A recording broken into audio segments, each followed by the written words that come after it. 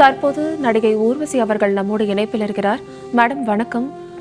நடிகை வணக்கங்க. சரோஜாதேவி அம்மா அவர்கள் இறந்த செய்தி மிகவும் சோகம் அளிக்கிறது. உங்களுடனான அவரோட நினைவுகளை பகிர்ந்து கொள்ளுங்க எங்களோட. நாங்க 2 பேரும் ஒண்ணா நடிச்சதில்ல. அம்மா கூட நடிக்கிற ஒரு வாய்ப்பும், அந்த அதிர்ஷ்டமும் எனக்கு கிடைச்சதில்ல. ஆனா, நெறைய அந்த படங்களுடைய விழாக்கள், அது படம் அந்த தொடக்க விழாக்கள், இல்லன்னா அதோடைய வெற்று விழாக்கள், இதுல எல்லாம் நெறைய மீட் பண்ணியிருப்போம் அப்போ.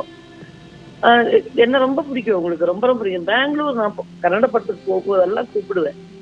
அவங்க வீட்டுக்கும் கூப்பிடுவாங்க. நான் ஒரு நாள் கூட எனக்கு போறதுக்கான ஒரு வாய்ப்பு கிடைக்கல. இருந்தாலும் பெங்களூர்லயே நான் அவங்கள சந்திச்சிருக்கேன்.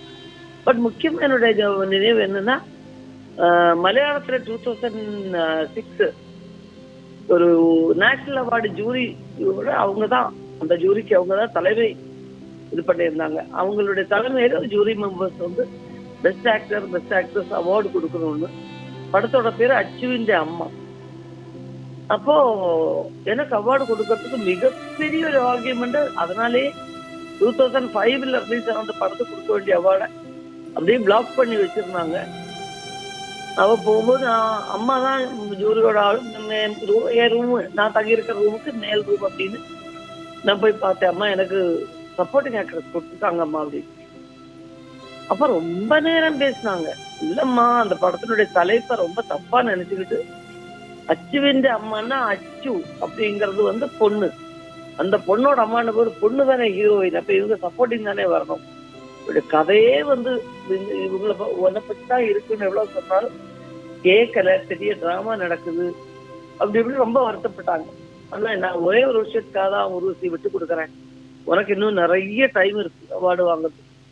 சரிகாக்காக விட்டு கொடுக்குறேன். ஏன்னா அந்த பக்கம் சரிகா வந்து அவார்டுக்கு ஒரு படம் வந்திருக்கு சரிகாக்கு. இனிமே ஒரு கேரக்டர் சரிகாக்கு இப்படி கிடைக்குமோ என்னமோ தெரியாது. நாம ஆகணும் அம்மா, எனக்கு என்னம்மா அவார்டு கிடைச்சா என்ன, கிடைக்கலன்னு என்ன, நான் அதெல்லாம் நல்லா இருக்கு. அவங்க நல்லா சரிகாம நல்லா இருக்கட்டும், அவங்களுக்கு அவார்டு கிடைக்கும் அப்படின்னு அந்த ஒரு இன்சிடென்ட்ல அந்த அந்த குறுகிய ஒரு டைம்லயே ரொம்ப அட்டாச் ஆயிட்டோம். அதுக்கப்புறம் திருப்பி வந்ததுக்கு அப்புறம் நான் பெங்களூர் போகும்போதெல்லாம் போய் இறக்கணுன்னே, அம்மா எப்படிமா இருக்கீங்க. அப்ப அந்த அந்த கிளி வாய்ஸ்லயே என்கிட்ட சொல்லுவாங்க, உனக்கு என்ன சாப்பாடு அனுப்பணும், இது அனுப்பட்டா அதை அனுப்பட்டா எல்லாம் கேட்பாங்க.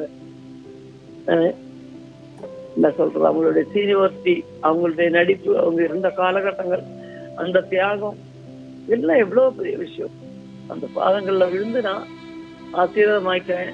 ஆண்டவன் எல்லா விதமான சாந்தியும் அந்த ஆத்மாக்கு. உங்க இரங்கலை பதிவு செய்ததுக்கு ரொம்ப நன்றி மேடம்.